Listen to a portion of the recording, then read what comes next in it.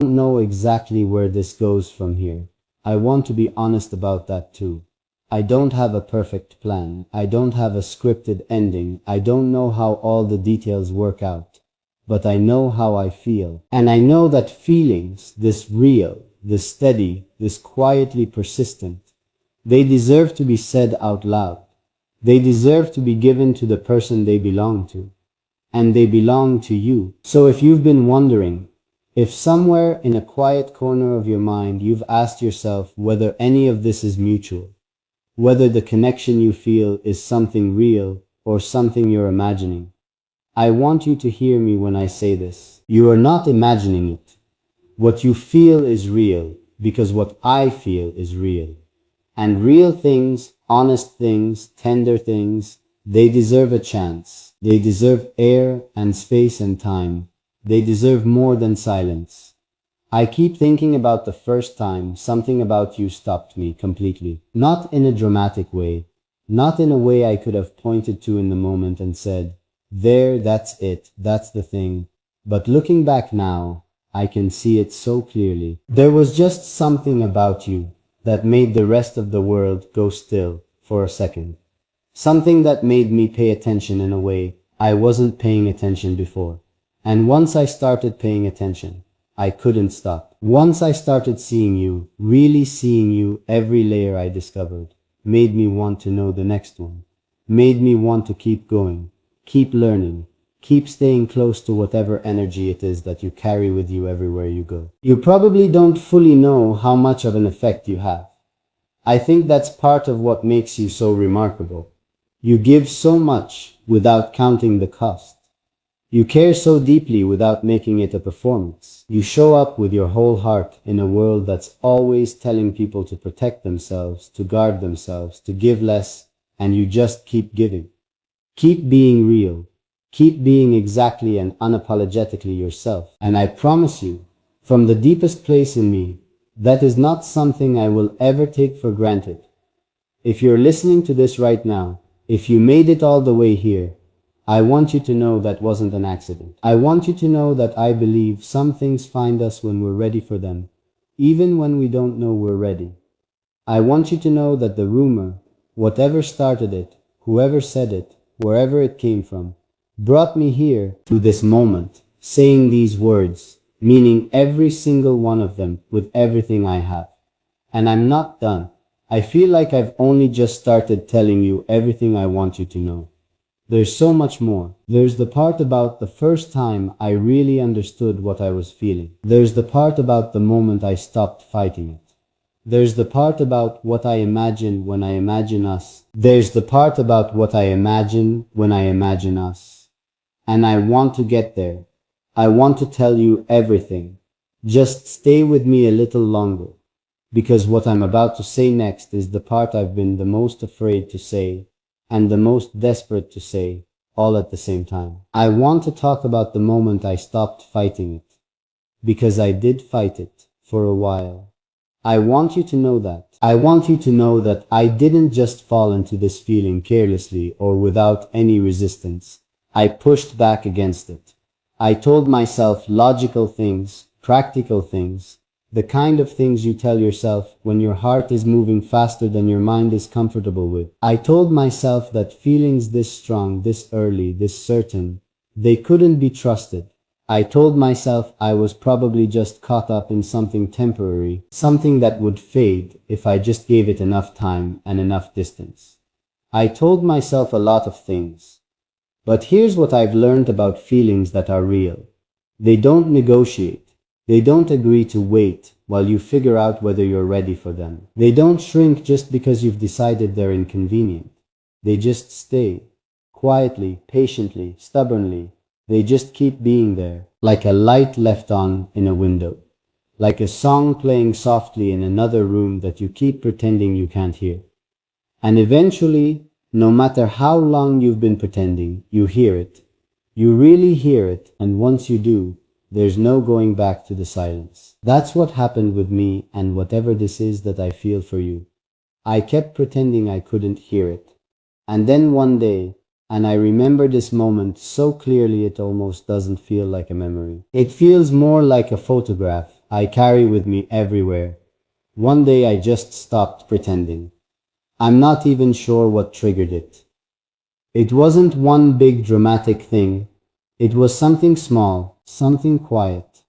The way I keep noticing that everything reminds me of you, the way a certain kind of late afternoon light makes me think of the warmth I feel when you're near. The way a song will come on, and before I've even registered the first few notes, something in me has already gone to you.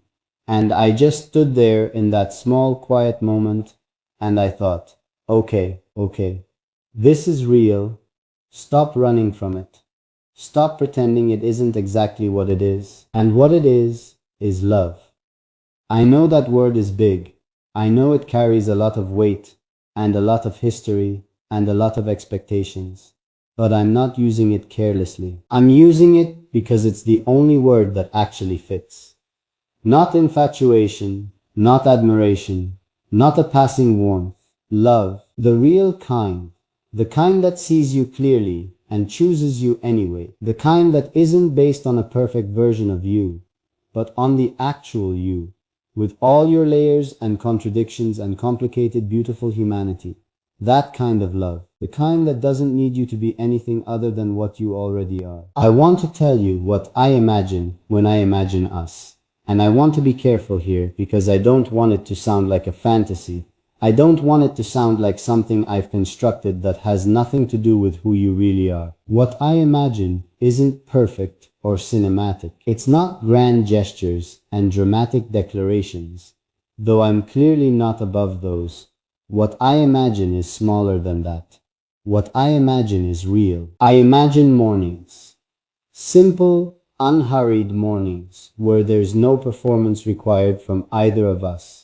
Where we're just two people existing in the same space and finding that the easiest, most natural thing in the world. I imagine the way conversation would feel with you. Not the kind of conversation where you're thinking about what you're going to say next, but the kind that just flows. The kind where one thing leads to another and suddenly 2 hours have passed and you realize you haven't thought about anything outside of this moment. This exchange, this person sitting across from you. I think that's what talking to you would feel like. I think you're the kind of person who makes you forget to watch the clock. I imagine the silences too. Because I think the silences with you would be just as full as the conversations. I think sitting quietly next to you would feel like something, not like nothing. I think the air between us would have a texture to it, a warmth. The kind of comfortable quiet that only exists between two people who are completely at ease with each other. That kind of silence is rare. It's the kind that tells you more about a connection than words ever could. I imagine the way you'd look when you don't know I'm watching. When you're reading something that catches your attention and your whole face changes just slightly. When you're thinking through something complicated and you get that look. I haven't seen it yet. But I know it's there. I know you have a look like that. Everyone who thinks deeply does. The one where you're somewhere inside your own mind and the rest of the world is just background. I imagine watching that and feeling so full of something tender and overwhelming that I'd have to look away.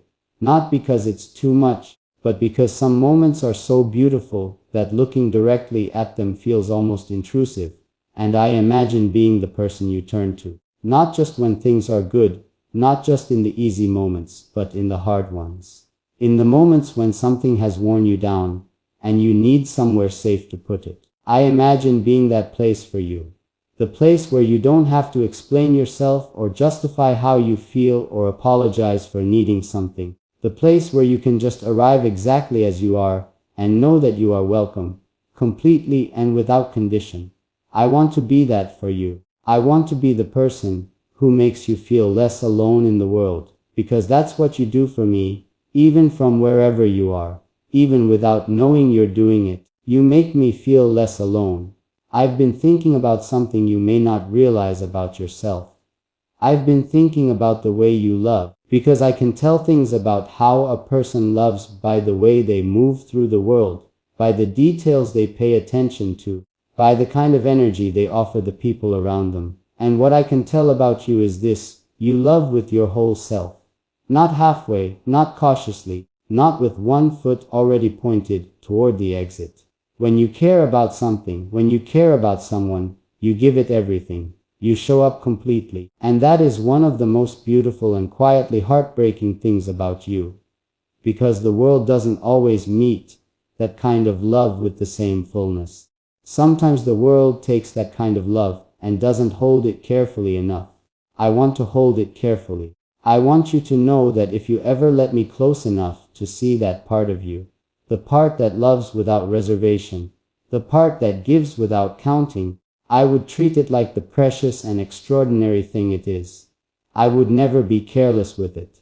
I would never make you feel foolish for it. I would meet it with everything I have, which I know might not be perfect, which I know comes with its own complications and imperfections, but which is real and which is yours if you want it. Can I tell you something that I've never admitted to anyone? There are moments, late moments, quiet moments, the kind that only happen when the day is finally over and everything has gone still, where I think about what it would feel like to have you in my life in a way that's permanent. Not permanent in a suffocating way, not in a way that erases who either of us is separately, but permanent in the way that some things just become part of the structure of your life. The way certain people become so woven into your daily existence that you can't imagine the texture of your days without them. I think about that with you. I think about what it would feel like to have you be one of those people. And every time I think about it, something in me responds with such immediate and certain warmth that it almost startles me. Because certainty like that is not something I take for granted. I've felt uncertain about a lot of things in my life. I've second-guessed myself, I've talked myself out of things. I've waited when I should have moved and moved when I should have waited. But this, whatever this is that lives in me when I think about you, this has never felt uncertain. From the very beginning, underneath all my attempts to rationalize it or minimize it, there has always been this bedrock certainty that you are someone who matters. That you are someone